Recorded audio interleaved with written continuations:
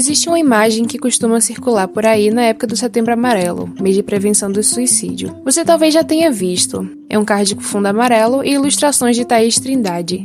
O card enumera algumas coisas que deveriam fazer parte da campanha de prevenção nacional ao suicídio: moradia, trabalho e renda, comida no prato e acesso à saúde. Essa forma de pensar saúde mental e prevenção do suicídio, de pautar o que se conversa sobre durante o Setembro Amarelo, tem se tornado cada vez mais popular, mesmo entre o público que não necessariamente pesquisa ou é profissional da psicologia. Em 2024, em particular, 2 tópicos tiveram lugar nessa conversa.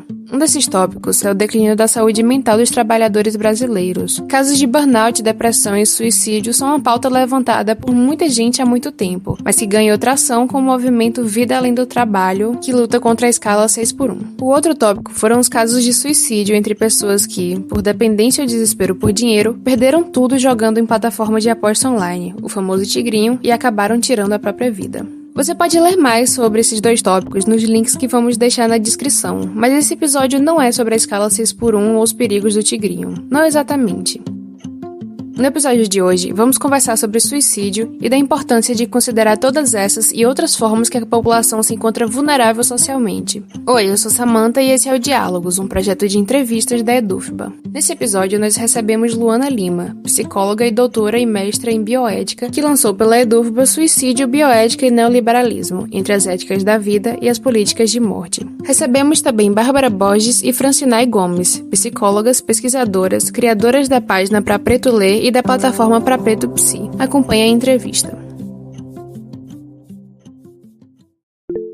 Para começar, a gente sabe que tem alguns clichês, alguns caminhos que as pessoas seguem para falar de suicídio. Então, existe a forma que eu acho que infelizmente é a mais comum, que é não falar, na verdade, né, tratar como um tabu. Tem outras pessoas que tratam de uma forma mais paternalista, outras que tratam de uma forma mais simplista, então resume a prevenção a autocuidado, enfim, autoamor. No livro também, Luana fala de uma forma que tratavam mais antes, que era como um pecado, que vem de uma visão muito cristã. E hoje em dia, eu acho que as pessoas tendem a acreditar que existe uma abertura maior para falar de suicídio, de saúde mental em geral, só que ao mesmo tempo a gente está num momento que se glorifica muito um esforço, ir até o limite, passar por cima de todo obstáculo, enfim, dar tudo de si. Como vocês veem isso? Vocês veem que esse momento que a gente vive atrapalha na possibilidade de falar de suicídio? Eu acho que um ponto essencial nessa discussão sobre suicídio é a gente pensar quais são as condições materiais e simbólicas que a gente tem acessado. Essa que você ouve primeiro é a Bárbara Borges. Nós fazemos um trabalho para a população negra, pensando as condições da população negra, e quando a gente olha para essa questão do suicídio e dos agravamentos de questões mentais, a gente vê muito que está associado a quadros de vulnerabilidade socioeconômica. E é bem importante a gente pautar isso, porque as discussões como a gente vê hoje faz parecer que as questões emocionais e as questões, né, mentais da população negra está associado só a essa dimensão subjetiva. E a gente entende que não. Existem questões que dizem sobre essas condições materiais e simbólicas que a gente deixa de acessar. Então, eu acho que é bem importante a gente pautar o suicídio pensando nesse contexto socioeconômico, para que a gente entenda que não são questões puramente emocionais, ou de uma desregulação química, mas de quais condições a gente está acessando. Sim, eu acho que trata-se muito de uma costura mesmo, né? Essa habilidade que a gente vai desenvolvendo com o tempo, de costurar os elementos, fazer conexões e começar a perceber, né, como o suicídio está conectado a muitos outros elementos. Essa é a Francinay Gomes. E como esse movimento ele é influenciado e atravessado cotidianamente também, né? Quando a gente pensa o mundo de hoje, o acesso à internet, por exemplo, das políticas dos coaches, a gente começa a perceber como existe mesmo um movimento de individualização do sujeito. Então, é você que, se você acordar hoje e fizer tal e tal movimento de motivação e olhar para si mesmo, você vai ter um dia de tal jeito. Então, essas fórmulas, elas acabam mesmo prejudicando o nosso processo de viver a vida com mais naturalidade. Então, eu sinto que os coaches hoje, e falo sobre eles porque acredito também que tem um papel importante na forma como a gente tem se sentido e tem olhado uns para os outros, assim, sabe? Com esse desejo de fazer tudo perfeito.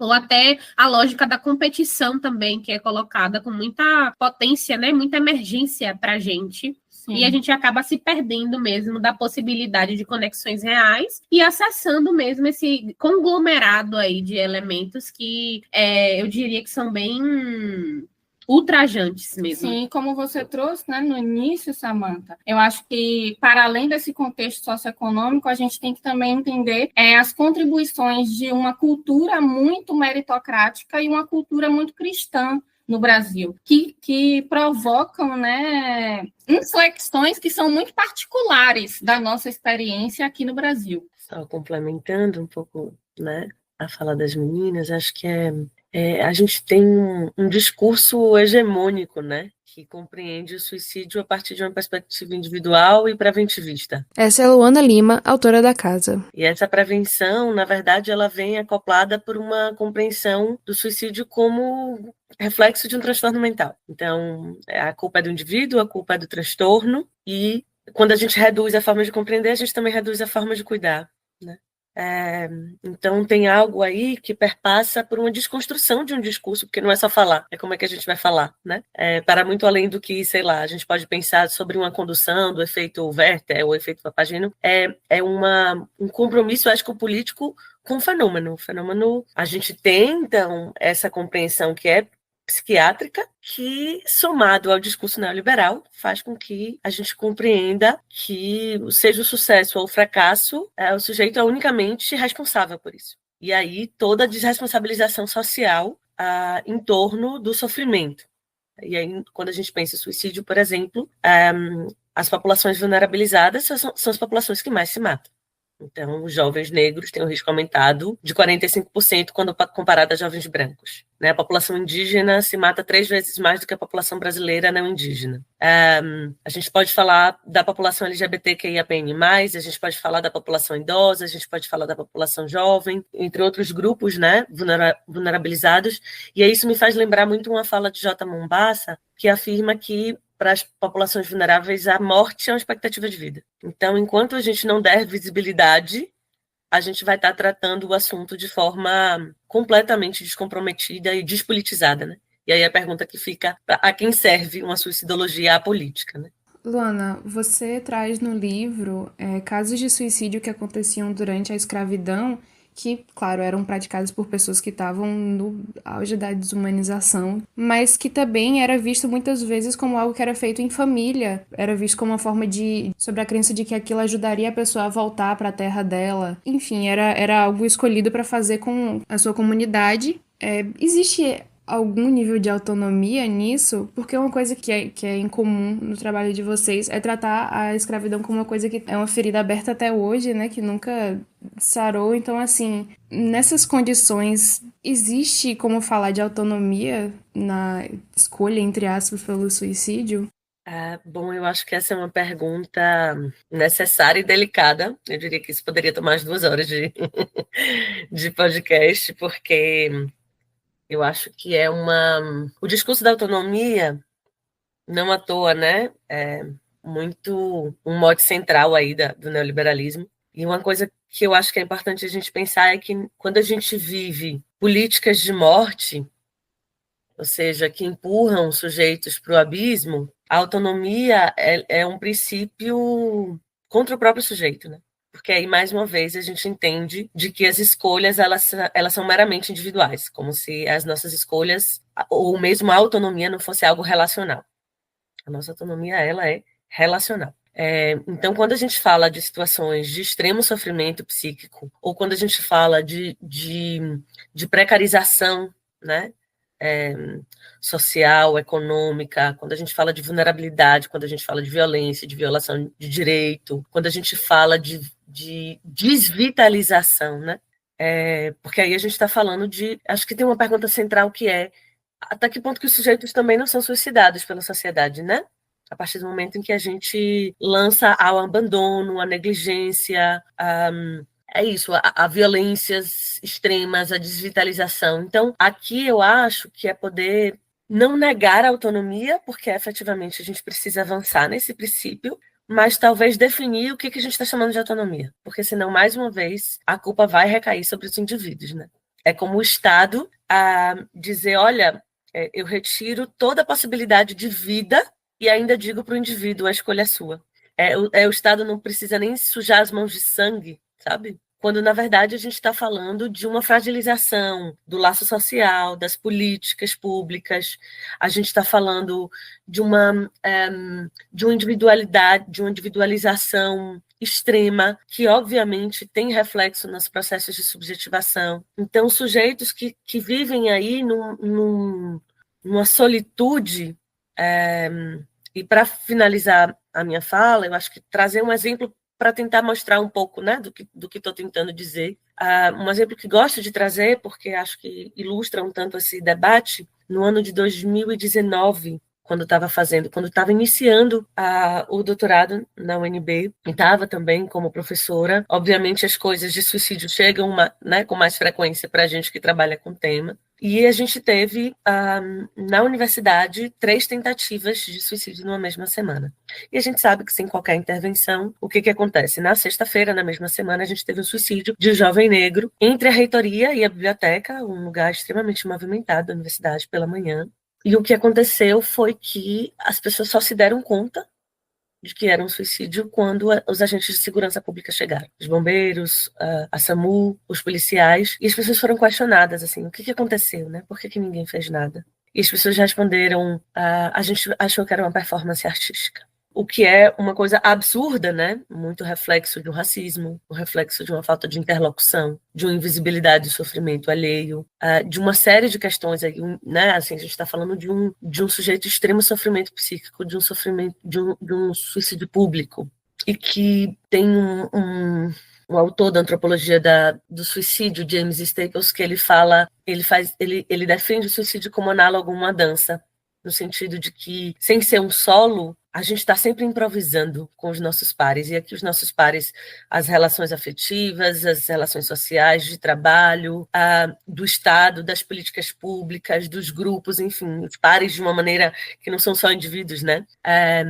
E que as nossas atitudes, elas vão refletindo sobre a forma que a gente se comporta, que a gente pensa, que a gente sente, que a gente age. E eu gosto muito dessa definição para a gente pensar assim, até que ponto que esses sujeitos que assistiram, esses interlocutores, também não foram protagonistas dessa cena ou dessa morte. Então, a importância de a gente poder pensar aí de como a gente precisa se responsabilizar socialmente e de forma mais relacional sobre o ato suicida, porque ele não diz só sobre o sujeito que se mata ou que tentou suicídio. O suicídio também diz sobre nós, sobre a forma que a gente se relaciona, sobre os sofrimentos que a gente dá visibilidade, sobre o que a gente não dá, sobre o que a gente cuida e sobre o que a gente não cuida, né? Para complementar, assim, o que Luana trouxe, que eu achei muito rico e muito completo, eu acho que é a discussão sobre solidão, né, que a gente tem feito nos coletivos que a gente promove, nos cursos que a gente faz, a gente tem batido muito na tecla de que a solidão da população negra não está relacionada meramente ao preterimento afetivo sexual. A gente diz que a solidão, né, precisa ser entendida como um processo de despotencialização mesmo, né, um processo, como você trouxe, Luana, de desvitalização da população negra. Então, a gente vê um contexto cotidiano, né, de insensibilidade, de violações, de violências, de negligências com as necessidades emocionais da população negra, não só as necessidades emocionais, né, mas as necessidades de modo geral. Então, a gente vê esse contexto de vulnerabilidade se construindo, né? E a solidão como esse resultado de um processo, né, de desesperança, de despertencimento social, né, de enfraquecimento desses vínculos. Enquanto vocês falavam, eu lembrei muito de uma música de Djonga, que ele fala que meritocracia para pobre é só se morreu porque mereceu. E imediatamente me lembra muito, né, a nossa relação da população negra com as instituições no Brasil, né, as instituições públicas. Porque parece que, para nós, o que está disponível enquanto instituição é a polícia e é a morte, né, também. Então, enquanto instituição, pensando em instituições no Brasil, acho que a gente precisa situar, inclusive pensando esse neoliberalismo, né, como é que esse desmonte serve a um propósito maior, que é um projeto de genocídio da população negra aqui que a gente está falando. Sim, é um processo de abandono sistemático mesmo, né? A gente consegue ver esse abandono acontecendo e que incita mesmo um outro processo que é o isolamento. Tem um livro que eu estou lendo agora e que eu estou falando em todos os lugares, que é da Ediane Ribeiro, que é Os Tesouros que Deixamos pelo Caminho. E é um livro muito bom que vai falar do processo de traumatização da comunidade negra, principalmente. E aí ela diz que quando a gente é traumatizado, a gente é ainda retraumatizado quando a gente está inserido num contexto de isolamento. E eu sinto que o isolamento, ele de fato tempera mesmo, né, a vida, no sentido de que promove um estado de adoecimento que é muito difícil da gente retomar. Né? Porque quando você se isola ali naquele casulo, você passa a acreditar e a ouvir apenas a sua própria voz. E em isolamento, o sujeito não tem possibilidade de se curar, né? Então, ela traz mesmo que a comunidade ela serve como reguladora emocional. Então, é muito importante estar em comunidade para poder também acessar outros elementos que não a sua própria consciência, que já está adoecida, né? Porque a gente também passa a acreditar que a nossa subjetividade ela não é alvo, né? Ela não é atravessada por todas essas questões políticas. E no seu livro, né, eu li um pouco sobre isso também, eu vi, e eu achei muito interessante, até fiz algumas anotações aqui, sobre como a subjetividade, ela é sim alvo, né, do poder político. E é muito importante a gente dar atenção a todas essas pressões que a gente vive, a toda essa responsabilidade que é colocada sobre nós, principalmente porque a política do ter tem se fortalecido muito mais. Então, o próprio Nego Bispo vai dizer, né, que a gente tem se perdido do ser, que é aquilo que alimenta a vida, e tem se apropriado do ter. Então, essa tem sido a nossa única base. E todos esses materiais, né, têm sido muito importantes para mim, para pensar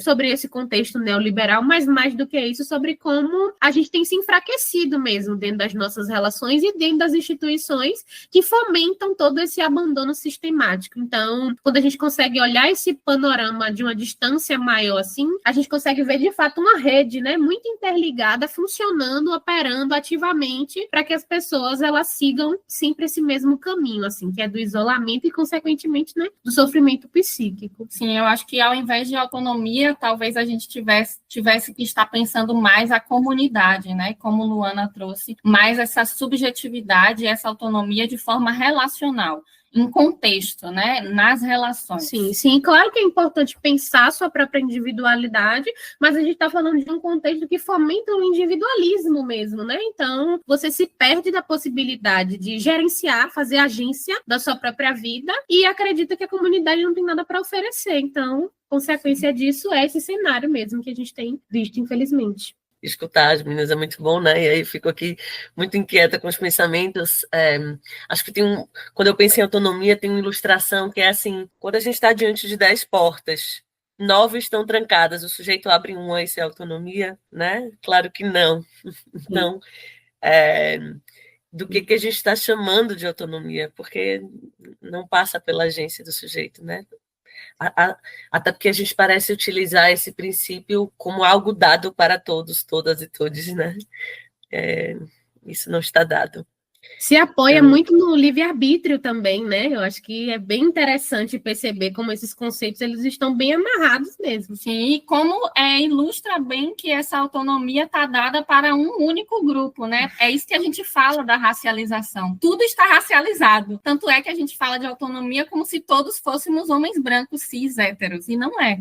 Eu acho que a gente está já falando sobre isso um pouco, mas um dos pressupostos que Luana traz no livro é que para falar de suicídio, para falar de saúde mental, não é só tratar de evitar a morte, mas promover qualidade de vida, que é onde vocês estão tocando bastante, principalmente nessa última fala. E aí, de uns tempos para cá, a gente vê, principalmente em Setembro Amarelo, as pessoas estão deixando de falar só de autocuidado e de ter a terapia em dia, como as pessoas gostam de falar, para falar mais sobre questão de trabalho, de moradia, de saúde pública. Enfim, inclusive no ano passado coincidiu das discussões sobre a PEC do trabalho 6x1 chegarem bem nessa época, então as pessoas estavam falando e sempre traziam relato de pessoas falando sobre como aquilo era adoecedor e muitas vezes as pessoas falavam como aquilo tirava a vontade de viver.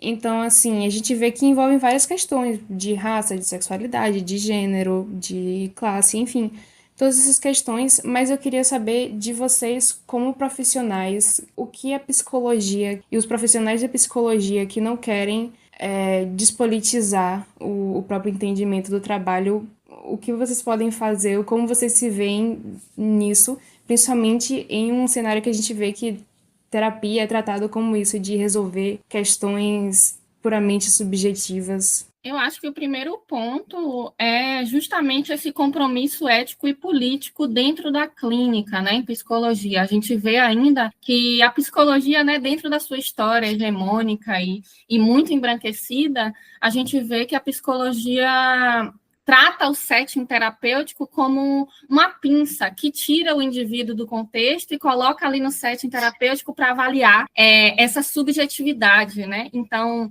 a gente fala primeiramente desse compromisso ético-político de fazer uma escuta sensível a essas questões, né? E eu acho que um ponto também que é muito importante é a gente compreender que essa crise da saúde mental no Brasil tem tudo a ver com o agravamento das desigualdades sociais. Então, não dá para falar de bem-estar sem falar de cidadania e garantia de direitos. Esse é um ponto fundamental, primeiro, principalmente dentro da discussão com a população negra.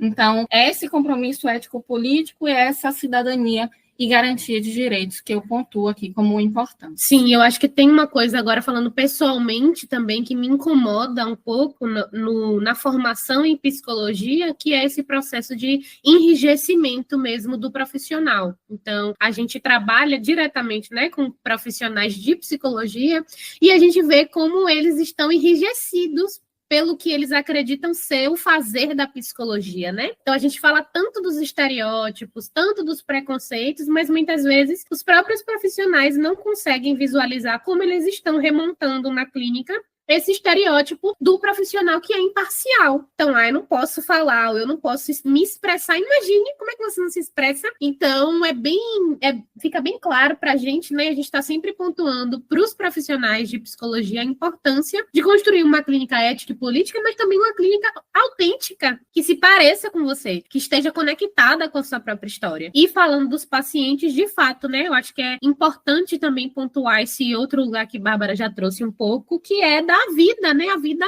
é complexa, não é só sobre psicoterapia, não dá pra gente achar que é só sobre isso, né? Porque não adianta eu sair da minha casa, ir para a clínica, ser bem atendida, estar com uma boa profissional e voltar para minha casa e viver episódios de violência doméstica dentro da minha casa. Então, são elementos que constroem aí, né, que costuram essa malha da vida e que precisam ser reparados, precisam ser notados. Então, tem gente que não precisa de terapia, tem gente que precisa de um emprego, que precisa comer bem todos os dias. Então, eu acho que é um pouco disso, assim, que essa observação do cotidiano foi muito o que trouxe para a gente essa percepção. Sair na rua e observar as pessoas, olhar a nossa própria vida de um lugar de observação e perceber como o nosso cotidiano está sendo construído e alimentado também para conseguir fazer essas amarrações, né? De que, olha, eu tenho isso aqui que me promove bem-estar, mas eu tenho essa outra coisa aqui que me deixa super mal. E se essas duas elas não se equilibrarem minimamente, eu não vou conseguir encontrar um lugar de bem-estar. Total de acordo, né? Talvez não tivesse tão mais a complementar, mas fiquei pensando sobre a própria reserva de mercado, né, da psicologia, como às vezes o interesse também pode ser meramente econômico, como a gente pode reproduzir discursos de muita violência na clínica. E justamente, né, isso que vocês colocaram sobre o ponto de partida do compromisso ético-político na clínica, porque é isso, entendendo que a clínica também é política, entendendo da importância de um lado disso, mas de outro, esse cuidado para a gente não ser mais uma fonte de mercado individual e que tem toda a promessa de bem-estar, de bem viver. Tem um livro muito bacana também, assim, né, que discute um pouco isso, que é Repicracia. É um livro que eu recomendo muito, porque é justamente para falar sobre esse componente da felicidade, né? Um discurso e que várias terapias estão aí respondendo a esse discurso, a esse imperativo de felicidade, inclusive a psicologia. Como a psicologia ela pode entrar aí, né, se de forma crítica, em armadilhas neoliberais muito perigosas. E que eu fico pensando que quando a gente fala de sofrimento psíquico, quando a gente fala de prevenção de suicídio, muito diferente do que a hegemonia busca quando fala sobre... porque é isso, parece que é uma evitação compulsória da morte, com condutas que são normalmente paternalistas, vigilantes, tutelares, que só tendem a aumentar o sofrimento das pessoas, mas é pensar talvez menos em intervenções clínicas e mais nesse senso de pertencimento, né, das redes de vinculação, de interlocução das políticas públicas, da garantia de direitos, como vocês citaram.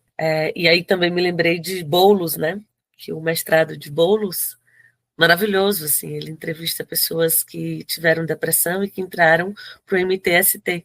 E aí, mostrando que, diferente do que as pessoas entendem de que é simplesmente tratar ou cuidar da depressão com remédio, entrar num movimento social em que você tem um senso de comunidade, que você tem uma luta compartilhada, você tem uma possibilidade de produção de vida e uma produção de vida compartilhada, que eu acho que é isso, né? Poder pensar em modos cada vez mais, assim, modos de afirmação do cuidado coletivo, né? Ou modos coletivizados de cuidado. Ótimo, Luana. O que você falou encaminha bem para a última pergunta que eu tinha para vocês, que é justamente sobre isso que você falou mais próximo do final da sua resposta, que é que a gente, em alguns pontos da entrevista, vocês tocaram nessa matriz meio cristã do pensamento que existe sobre suicídio. E você falou agora de como, além de tratar como escolha individual, é tratada como uma escolha individual ruim.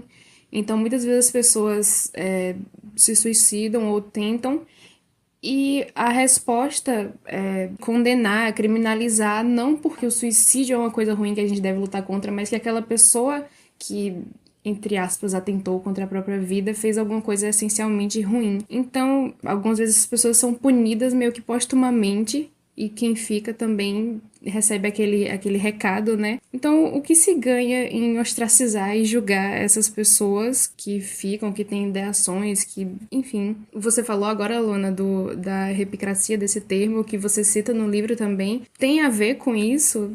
Bom, eu acho que aí a gente está falando de estigma, né? E a gente tem um tripé histórico do estigma de suicídio, que está atrelado ao crime, pecado e loucura. E por mais que a gente tenha desconstruído muita coisa, é muito impressionante como esses discursos se atualizam, né? Sobretudo o discurso psiquiátrico, assim, mas que eu acho que eles ainda estão muito em relação. Inclusive, no meu mestrado, eu entrevistei profissionais da saúde responsáveis pelo primeiro atendimento após uma tentativa de suicídio, justamente para entender a influência da moralidade, do estigma, da religiosidade na qualidade prestada aos pacientes tentantes.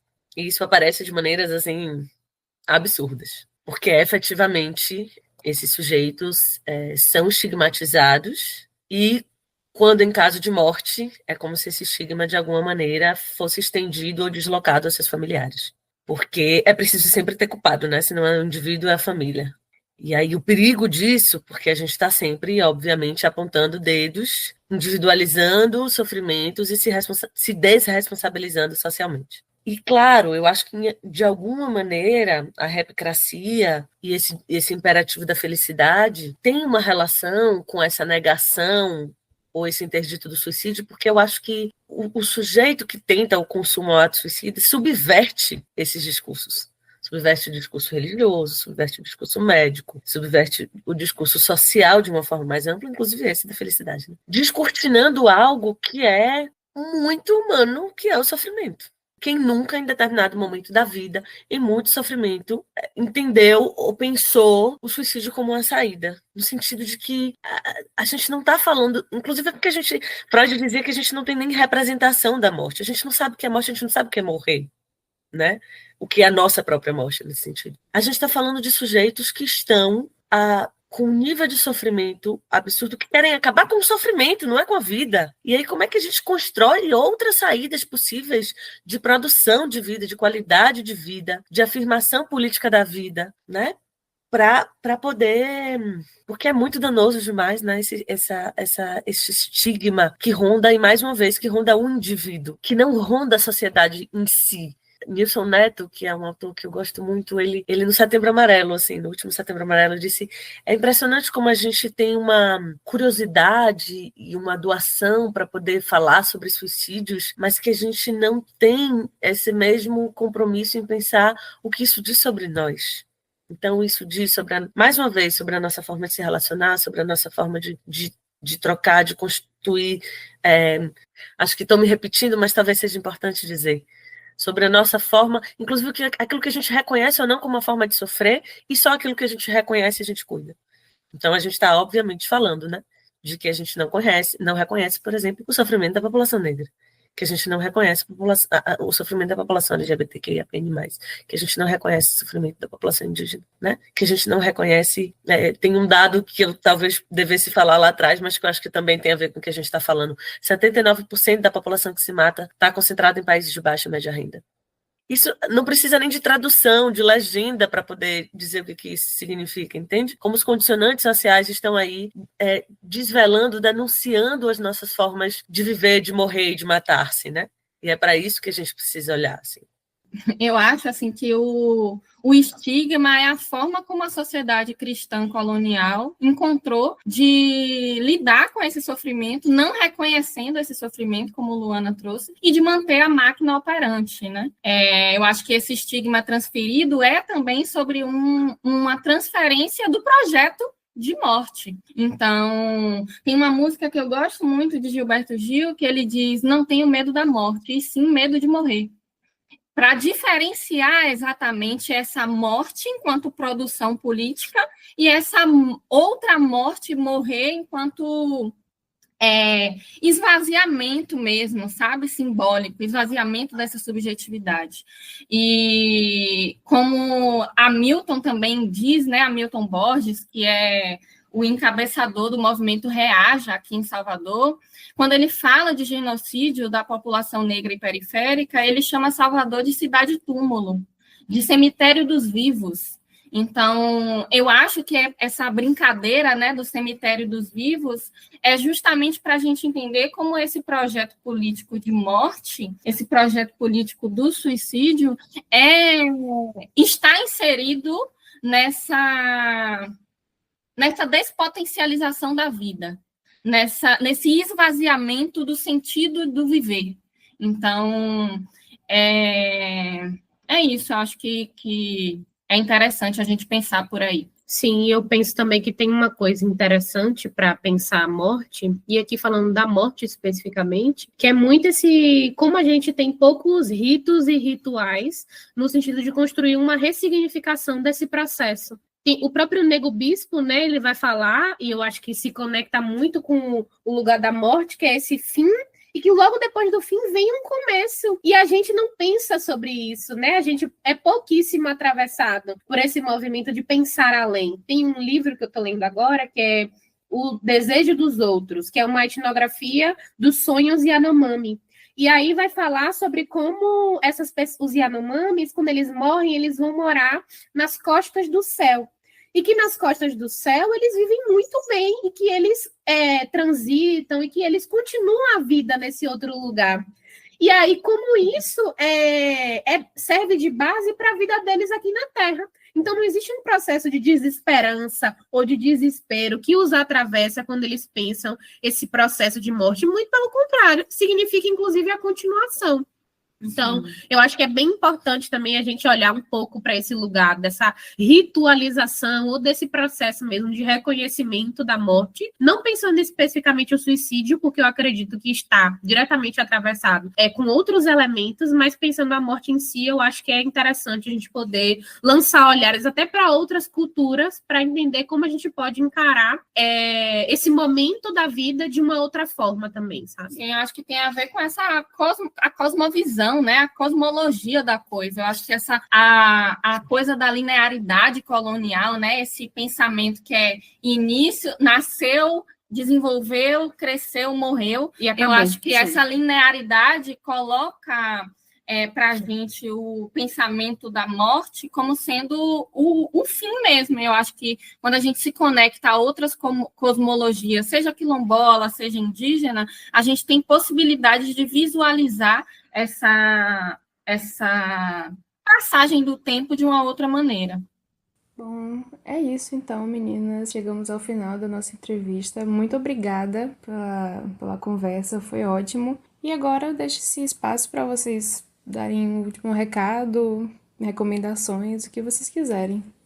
Eu acho que a gente agradece também pelo convite. É bem legal para a gente poder colar com a galera da universidade também, que às vezes é um lugar que a gente acaba se distanciando por outras demandas, mas que é um espaço que a gente curte estar, que a gente sente que soma mesmo. Então, agradecer Samantha, Luana também pela contribuição. Acho que o seu trabalho me tocou bastante e com certeza vai contribuir aí para muitas outras pessoas. E acho que é isso, né? Sim, agradecer a oportunidade, agradecer o convite. É sempre muito importante para mim estar em mesas, né, que provocam mesmo a gente a pensar não só o que está dado, mas o que dá sustentação, né, a todos esses processos. Então, muito obrigada. Agradecer a Luana pelo trabalho, né, pelo riquíssimo livro que está aí. E que é tão importante para a gente pensar um processo que é atual, que está acontecendo agora, e que a gente precisa também se implicar, né, nas dinâmicas sociais, como é que elas acontecem. Acho que a gente, durante a entrevista toda, falou, né, de desresponsabilização, e eu acho que a palavra que fica aí como semente é dessa responsabilidade mesmo, sabe? Esse compromisso social, essa responsabilidade social, e responsabilidade também de pensar os próprios transtornos e os transtornos mentais como um todo de forma mais complexa, mais integral, mais interseccional. Também quero agradecer imensamente, agradecer a Bárbara, a Fran, a Samantha. Acho que esse é um momento que, por si só, já é um momento de resistência, né? É um momento de encontro, de troca e de resistência. E eu acho que a EduFBA tem sido muito parceira nisso, assim, né? Acho que a EduFBA tem um papel muito importante, não só na difusão do conhecimento, mas é isso, nesse compromisso ético-político com a vida mesmo, nas suas várias maneiras, né? E que eu quero dizer que eu estou muito feliz de estar aqui com vocês, assim, a gente nunca tinha tido a oportunidade de trocar, eu espero muito que tenha sido só um primeiro momento. Sigam para Preto Ler, acho que é isso, acho que a gente tem que seguir junto e mais uma vez, assim, poder se fortalecer diante dessa política de desesperança, né? E que a gente só vai conseguir fazer isso junto, no afeto, no reencanto, né? Na afirmação política da vida, no coletivo. Então, esse também é um momento que é um convite, eu acho, para que a gente não se esqueça e se fortaleça mesmo, né? Então, muitíssimo obrigada mais uma vez, na torcida já para um próximo momento. Obrigada, gente.